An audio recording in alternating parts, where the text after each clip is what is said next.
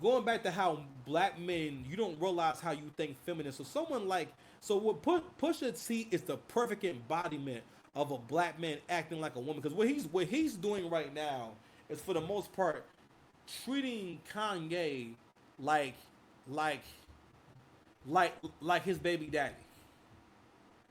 And what he wants to do whenever someone discredits you and you've done good things for them and with them, or and they have relied on you, that is an attack. That person is being no, it's malicious.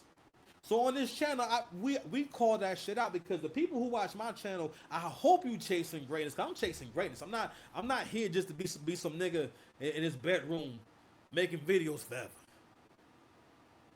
I got dreams. But what little brother say? Bro, I got gas too.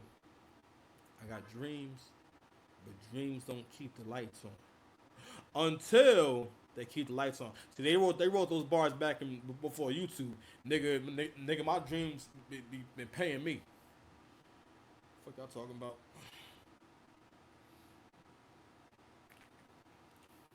I'm keep it going though. So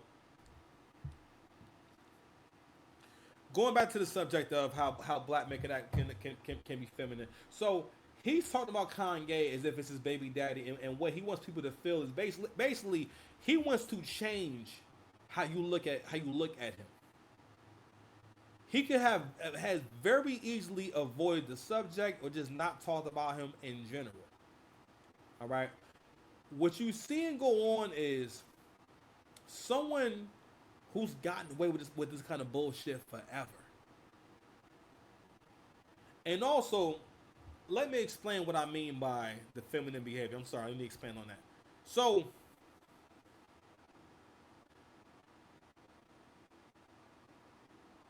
whenever someone can openly display such self-centered traits, because while Push is saying this shit, he's not saying it as if it's a problem. He's saying it as if like yeah, that's just what it is. You feel me? So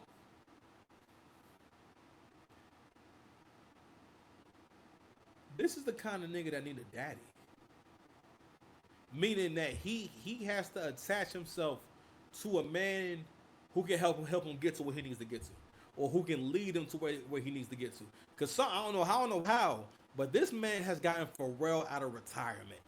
Okay, so let's go ahead and share this clip. Hopefully, they won't be hating on your boy. So I'm gonna share this my screen real quick. So this is off the Kev Talks Instagram.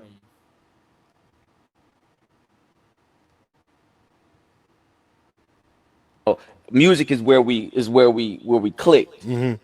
Outside of that, his principles, his morals, his mindset, we don't see eye to eye hardly ever. Sure. Ever. And we never have. I've said it a lot of times. We don't. It's no heartbreak because we he is not a person that we ain't the same. We can't outside of music, we're nothing. You and Kanye. Yeah, we Yeah. can't be anything outside of music. Like, music is where we clicked. Outside of that, his principles, his morals, his mindset, we don't see eye to eye hardly ever. Sure. Ever. And we never have. I've said it a lot of times. We don't. It's no heartbreak because we he is not a person that we ain't the same. We can't. All right, so let me go ahead and just read this real quick. So somebody writes, "It's people, it's people don't like what Gay says or does. That's fine. However, if those same people listen slash make music about selling drugs, violence, and murder, which sometimes involves kids, they cannot talk or judge." Someone else writes, "He was never Gay's man. Guys like Push look at vulnerable people like Gay as food. He put Gay to sleep and got all he could from him, and then spat him out his real friend is Pharrell. Someone else writes, doing anything to sell his album, chatty patty 50-year-old man. And now in this instance right here, the age really does matter because this is a grown man. Pusha T is 48 years old. There's a certain way that you're supposed to be handling things at a certain age. You are beyond OG age. You are granddaddy age. 48 is was when some people be having some grandkids. A grandkid that's like 2 years old by now. Or maybe he do got a grandkid that's 2 years old. I don't. We don't know your life.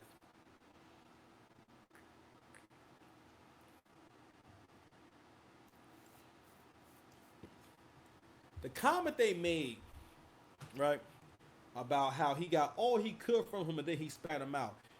This right here, this is a lot of what Pusha is doing with Kanye is very much how breakups go, especially like for black men, because for the most part, black men's experience is women, especially when y'all break up, what she does, especially a narcissist. Because again, most modern women, I don't know if I'm sorry, we haven't gone over that theory in a little bit. Modern women or how can I say, not, I'm sorry, overt, but they are narcissists by default. Either overt or I won't say covertly, I would say subconsciously. Because you got to ask yourself, what is a woman's incentive to being a good woman to her man and a good mother to her kids for her entire life? What's her incentive that makes her feel like I have to do that? And also, and if she doesn't do these things, what's going to happen? What's the consequence? Previously, there was a consequence for for women in bad behavior. If you were promiscuous, there was a consequence. If you didn't listen to your family, a consequence. You know what I mean? But as time went on, we abandoned all tradition, and that's one of the reasons why a lot of countries do not want feminism over there, because they don't want their way of life to be destroyed. Because for the most part, yes, America is not what it used to be. It's not a great country anymore. Like, yeah, we are a nation of pansies. We're not scary at all. We're not intimidating at all. Every nation's tougher than us. You know what I'm saying? Not only that, we again, like the single parenthood over here is crazy. Economically, it doesn't work. Society wise, it doesn't work. Yo, there can be no greatness for none of y'all without strong male leadership. And one of the things that comes with more households with female leadership is your mother's going to teach you is going to teach you how to not be accountable. And unfortunately for American culture and African American culture in particular, that has become our whole thing. It's thinking like a single mother, all right? Because the thing about your single mom is that your mother, I heard CGA make an important point about how so many young people could have been great athletes, all right, if their parents would have been willing to take them to practice, if their parents would have been willing to put a little extra, sacrifice a little extra time to get them to that activity, and focus more on getting them to that activity on a weekly basis rather than, yo, that's inconvenient. Because again, this screws the child over. So Coach Greg Adams, he was breaking down how you put your child at a disadvantage just having a single parent household. We had a great, and not only that, you are competing with people who had a two-parent household, and you can't really compete with them. I don't know how I always kind of knew that. I always had an idea, but even when I was with my dad, you know what I'm saying? Like my dad having it wasn't the whole time, but my dad always had a woman around. You know what I'm saying? So it was always someone around, and at one point he was married and everything. So him having basically a female counterpart, that did help, because for the most part, my dad was doing his thing, right? But anyway, like I was saying before, one of the behaviors that come from the influence of female leadership, like I said before, is the lack of accountability and the picking and choosing. But also, more than likely, there's something that Pusha T feels bad about in regards to Kanye. Kanye either needed his support, he needed something from him, or maybe vice versa. Because when people also talk this way, it's because they're trying to keep themselves from feeling bad about something that they've done. Okay, but those comments again, we're nothing outside of music and so on and so forth. Like, fam, I know I touched on it briefly. Pause. After Malice didn't want to do secular rap no more, you was lost and you talked about it. All right. On the track, I mean, again, people most the any buzz that Pusha had was largely based off of what went on with good music. Um, and it back in 2012, if you're an old ninja, the album Cruel Summer came out. And this is probably around the time when Kanye is at his hottest. Cruel Summer is probably one of the best collaboration albums ever. Now, even though it's a little bit all over the place, but for what it is, it's one of the best collaborations ever. A lot of really great joints. I'm going to play that shit after this. A lot of really great joints on there, but Kanye put Pusha T on Runaway from Dark Fantasy. Huge record. An amazing record. He put you on So Appalled on the same album. He put you on a few tracks on Cruel Summer. He put you on the Don't Like remix with Chief Keef. The I Don't Like record was one of the biggest records out at the time. The record went viral after being on World Star, and that was the beginning of Chicago drill. All right, so with Chief Keef being from Chicago, it was no brainer to do a remix with Kanye. So it was Kanye, Jada Kiss, Big Sean, and Pusha T. Look, that was a look. If not for Kanye, you wouldn't have been on that record, bro. You understand? He was on a record called The New God Flow on Cruel Summer. Again, some of the best beats ever. You would have to be trash not to sound good on these tracks. Those are all looks that Kanye made you a part of. You was never, and this is what I'm talking about. With niggas picking and choosing. With niggas like Kendrick, with niggas like Pusha T, what y'all are saying is, y'all have changed the rules. That's another thing. The inconsistency. Being with your mother breeds inconsistency from you having to move a lot. From there being changes in the household. Her having to change jobs if she got a job. You know what I mean? Changing cars. Basically, shit always changing. Whereas if it's you and your father, or if there's a father there, y'all will be more stable and things will be have more of a routine. Women cannot instill strong routine because women will always have a need or desire to switch it up, to change things up, and they don't always know when to leave shit alone. So what that does again, it makes you think that you can do stuff like say, well, today I'm not doing this. Well, today, well, you know what? Well, not today. You start having a well today or well not today type of attitude where it's like you're not necessarily thinking things through or thinking about what's going to be the long term effects, what's going to be the long term consequences of what I'm doing right now. That's crazy. That shit is not charging. Like nothing is charging right now. Anyway, I might can't do the show for that long. Anywho, so yeah, and so this is what you see with this whole Pusha T thing. I want to also read what Kev wrote here too. So Kev said this, bro, the audacity to do another clout chasing interview, beefing with a man who gave your career redemption and a Grammy. That is wild. To call that same guy not a man and act like you have morals as if you didn't bring up a child. I'm sorry, as if you didn't bring up a child in a rap beef. He talking about when for the most part, people wanted to give Pusha T the W over Drake because his angle was you have a child that you haven't told us about, and then from there the assumption was made that you're hiding a child, and that was little. The angle was literally you're hiding a kid. Drake was not married. Drake wasn't in a relationship. Hiding the kid from who? And you niggas, when I see you niggas eat that up, pause, that's when I realized that, comprehension. We have an issue with comprehension. But again, and not only that, black people really do adhere to the power structure, the power hierarchy in the black community, which is at the top is old mammies, then black women, then kids, then I'm sorry, girls, then boys, then black men, and then within black men, dark skinned niggas, and then as your complexion works on down to my complexion, you get less and less respect and credibility. You know what I'm saying? You have more privileges. So like people will always ignore, for the most part, how mean dark skinned people are.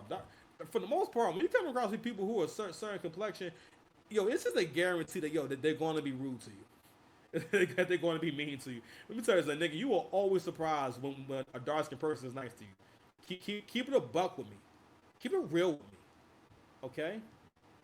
All right. We still good. Okay. All right. Hold on, y'all. Let me check my levels. Yo. All right. Cool. All right. We're good. We're good. Let me read the rest of what man said. It's already 8 o'clock, man.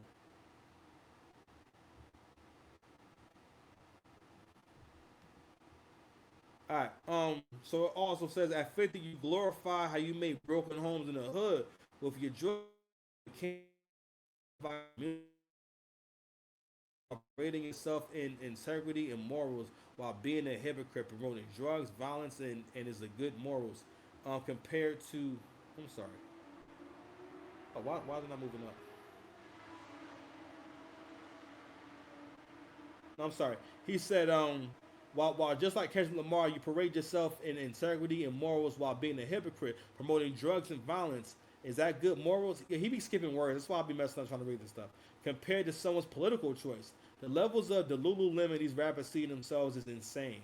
Does he not understand he can't talk about not being a kiss ass, but Kanye been on Trump since 2016, and saying you hated him for years means you were fake as fuck up until 2023, benefiting and using that man for your career, and as soon as Pharrell came back, you dropped him. Pathetic. Meanwhile, Chatty Patty in every interview, now you desperate for mention by talking about people who have more substantially, I'm sorry, people who have and are substantially younger than you and far exceeded you in success. Them end of career regrets hating hard. So basically, what my man is saying is that um,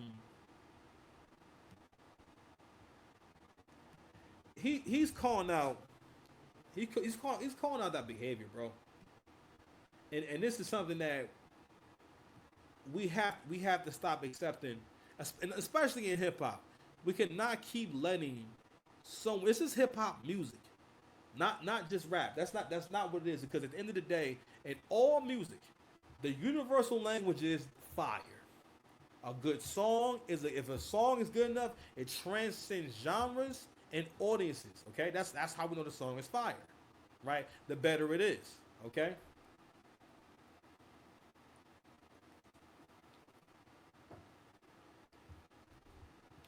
Songs most likely are also played for keeping the energy up in the room for people's enjoyment, right?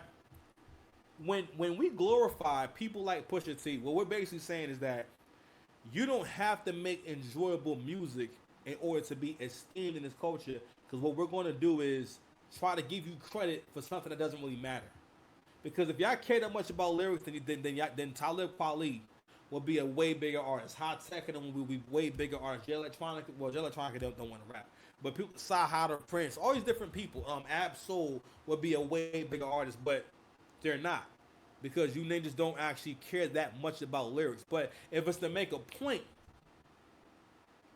because the point that you normies have, shout out to Coach Greg, you normies have an intense disdain. And I guess some of you men do too. It's hard for me to admit because I don't relate to it. But a lot of you men, because you don't see a way out, you don't see a way up to the next level, so you have a disdain for winners. Okay? And you feel as though you have a mindset of you've won enough. So I want to see you lose now. But all right, man, let's take a break, man. I want my shit overheat, man. All right, we back, man. Listen, the computer was getting hot. It's a heat wave going on.